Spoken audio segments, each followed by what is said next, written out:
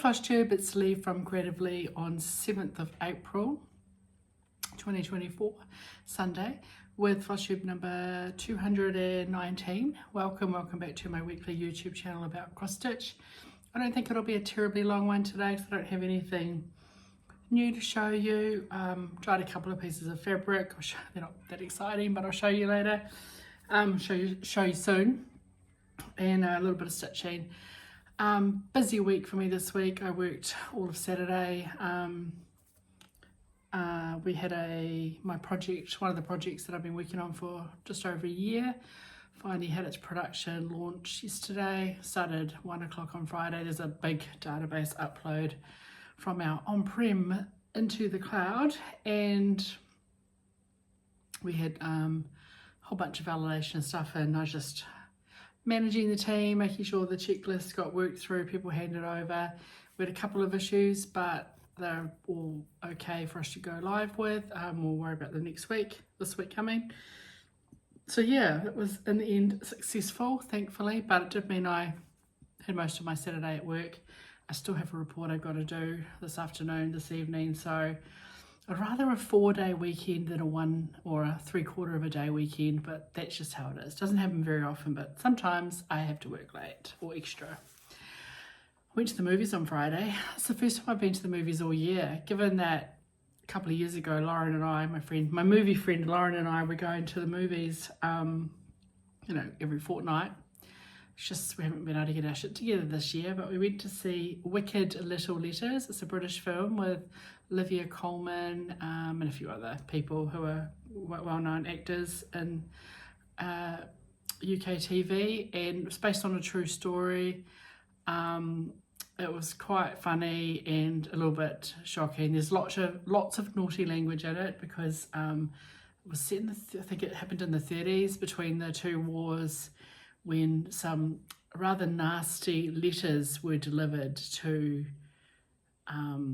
a lady, and they were full of profanity, and apparently the letters that they read out in the movie were sort of verbatim from what the actual letters were, and they were like some very, very juicy language in there. I imagine Olivia Colman had great delight in reading them out. So if you don't like naughty words, don't go and see that movie because it's full of it. But in the context that, they're telling a story, it's all about wicked little letters, and anyway, it was very enjoyable. We enjoyed that one.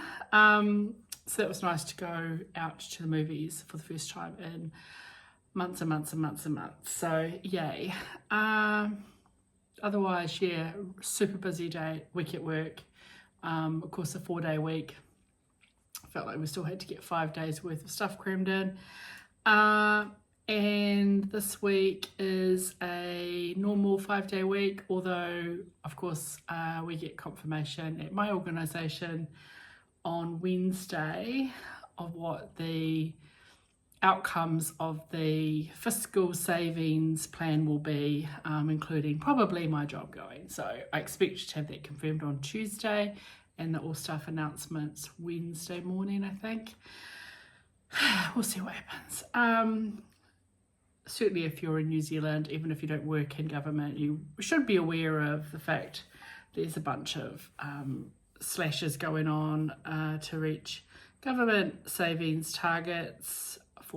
And I've been working in government for over almost 19 years, and I have been down this road before, and if the government wants to do anything, they're going to have to put more money into it. So I imagine there'll be jobs again in another 6 months or so, because they'll want to actually do some things and they will need funding to do it. So we just have to hang in there for a little while. It gets a bit tough. But Dad, we updated on Dad, he's just getting slower and slower. His arthritis and his sort of hip and sacrum and everything is in his groin is just giving him a lot of jip. Recently he decided, and the doctor kind of encouraged him, that probably he shouldn't be driving anymore. He's struggling to get in and out of the car anyway, and his eyesight's not as deteriorating, and his mobility is deteriorating. So anyway, cut a very long story short, he bought a scooter, I think I said that last week, but he has sold his car, so he's just working through that. And his bathroom will be finished on Tuesday, I believe, so he's able to use the shower. I still need to finish the toilet, get that all plumbed in because he's getting a bidet toilet, and they've still got to do some painting in the woodwork, like the architraves and skirtings and what have you. But he's excited about that and enjoying his new shower. That's pretty much it. Talked about what I did, work. When I was actually had my lovely neighbours over for coffee this morning, and which was a good incentive to get the vacuuming done. So that's kind of good. My craft room looks like a bomb hitter because I just decanted a whole lot of stuff into there. I might spend some time in there this afternoon while I listen to podcasts. I don't know. I kind of feel like a bit of a nap actually. Daylight saving ended, so in theory I should have got an extra hour's sleep. No, I just woke up at the normal time, but it was a bit lighter. But I was still awake at 1 a.m, so I don't think I had enough sleep. I'm a bit tired. So yeah, I do have to get my report done, and I have to make dinner. Otherwise, I don't care what else I do. I didn't buy anything new this week, month, fortnight, what have you. I think I showed you my wee haul last week or the week before that I got from that Craft Kiwi, but I did talk about maybe dyeing some fabric for some of the projects, so I did do some fabric dyeing and yesterday, and anyway I went for some very subtle colours. They're so subtle that you might think there's no colour on that, but there is. They started off as 40 count white linen. So first of all, there's the vibrant flowers from Kathy Barrett, and the model was stitched on 40 count Thornfield from Needle and Flax, and looking at it and looking up on the interwebs, it's a slightly yellowish tinged mottly fabric. It looks like it's got a little bit of grey in it, which I haven't got added, but I think it's fine. And this is what I came up with. It's actually quite yellow. If I hold it up next to the white, you can see that it's essentially a bit of a very lemony tinged white. Don't ask me how I got these colours. I just splashed a bit of this and a bit of that. I did test things on the corners. As you can see, a couple of my corners are a bit more yellow, where I went, oh, that's too yellow, so I added some more tan and a bit more water. But yeah, it's super light. It's really just taken the white tinge off, and I'm really happy with how sort of pale and insipid that is. But yeah, again, when you see it next to the white on the cardboard, you can see that it has that yellowish tinge, but I think it'll look really good with that wee vibrant house on there. So I checked as well with the measurement, there's plenty of fabric there to stitch both the house and the pin cushion on the 40 count with a little bit left over. So got that dyed. And then for my cookie cutters, I just slapped some colour on, and again, who knows, it ended up a little bit beigey pink. I don't mind it though, I'm not mad at it. So again, next to the white, it's quite blush coloured, but when you hold it, it's very pale. So I just wanted some really pale colours. So it's a big piece. I haven't actually even measured it, but given I don't need like 4 inches around each of those images, I'm pretty sure I've got plenty of fabric here, and I will just plan to stitch all of them at some stage. At some stage I'll kit them up with just silks or cottons, but like looks like there's a couple of greens, you know, a couple of blues, that sort of thing, and just make up a kit to work on these lovely wee cookie cutters as I go. I might even look for a backing fabric. They backed these with the same linen, but I won't have enough. I don't believe I'd have enough. I'm pretty sure I wouldn't have enough. So I'll probably look for a backing fabric, like a really pretty kind of cotton, and maybe a wee floral or something. And then I might, when I pick my, like the pinks and the yellows or whatever, I'll make sure that it goes nicely with the fabric. But anyway, I don't know when I'm going to start them, but at least I know that if I do want to start, I've got the fabric dyed there. What did I stitch on? So I carried on with my Art to Heart Bloom that I showed you last week. That was a new start, and I did a little bit more border. I think every time I pick it up, I'm just going to stitch at least a thread of border just to get that border done. And I think I had said I was going to stitch all the big bits and then come back with the little bits, but I did. But I started on this here, this colour of this branchy thing, there was some little bits of it. So I have actually, as I started up here, I did start filling in some of the little flowers and stuff in the word bloom. Should I show you? Maybe I should show you. Oh, so this is Bloom by Art to Heart on 32 count Soleil linen from Tom and Lily that I washed to remove some of the colour, and using the called for DMC, but I subbed a Victorian Motto sampler shop thread for the called for, the stitched week style works. That's the red around the outside. So here we are.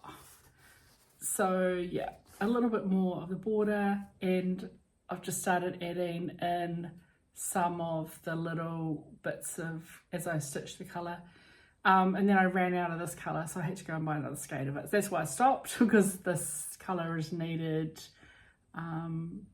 in here and a little bit more, so that's new, and some sprinkly bits and a little bit of border. So now that I've picked up my skein of floss, I may very well carry on and do a little bit more of this week.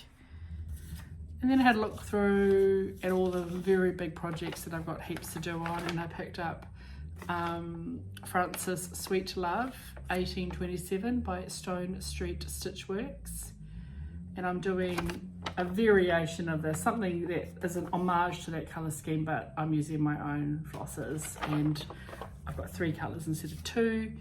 So this was a Stash Sampler Start number 7 from last year. I'm stitching this on 40 count Oyster linen from Country Stitch, and I'm using, as I said, my own overdyed conversion. And here I'll show you where it's up to from afar. What I worked on was I had, when you last saw it, I had still a little bit of this bit of border from about here to do, and so all those are eyelets. So I had stitched the bottom row of eyelets and most of this border.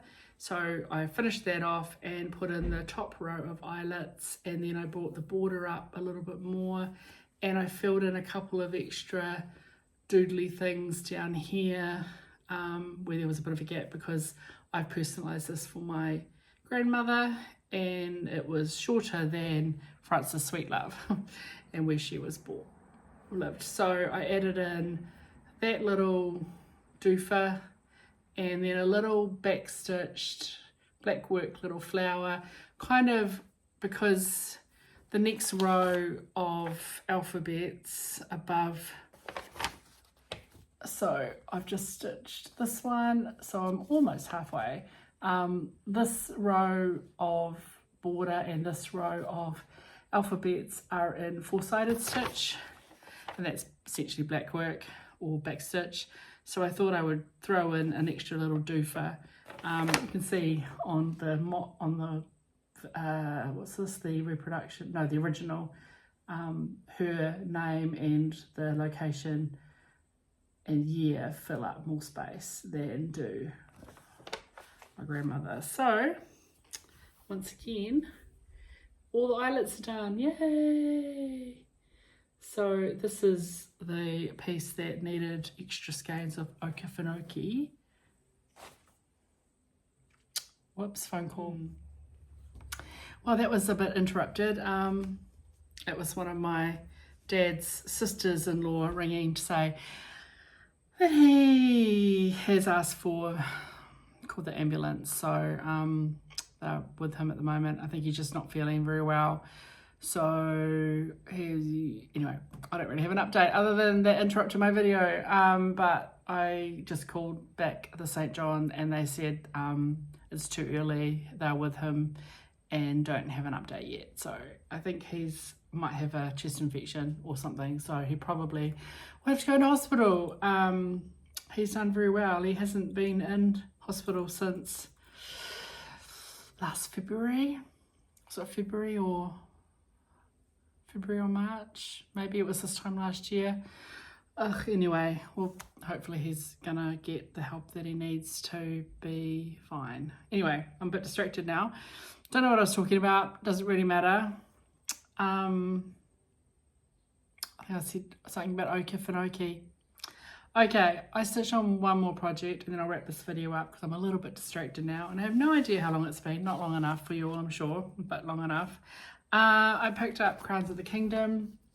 It hasn't had any love from me for a little while, and I am stitching this in a very loose stitch along with the lovely Suzie from down in Christchurch, and Crowns of the Kingdom, Rosewood Manor on 35 count antique white linen using all the called for Petite Treasure Braids. And here she is. I'm at the top. It's the top. I made it up there with that great big long, very flamboyant crown on top of that florally thing. Actually, looking at it on screen, I kind of can see what it is. When I was stitching it, it just looked like a whole lot of random stuff. So yeah, I made it to the top, and that is a great accomplishment. I usually, when I pick this up, I try and stitch on like at least 5 crowns. So I definitely did more than that this time. I'll tell you the ones I definitely stitched on this last week. This big doofer and that little one there. That one, that one, that one, and that one. So they're all new. That silver one, that little backstitchy one. And I think that's it. No. And that one, and maybe that one, not that one, I don't think. Definitely that gold one. I'm not sure about that one. Doesn't matter. But yeah, 1, 2, 3, 4, 5, 6, 7, 8, 9, at least 10. So I did a good whack of that. Still haven't decided what I'm doing in the central cartouche. The only bit of kind of random on it. But yeah, I'll finish the rest of it and then make a decision about whether I stitch the crown that's charted or put in something to do with QE2, given that this was a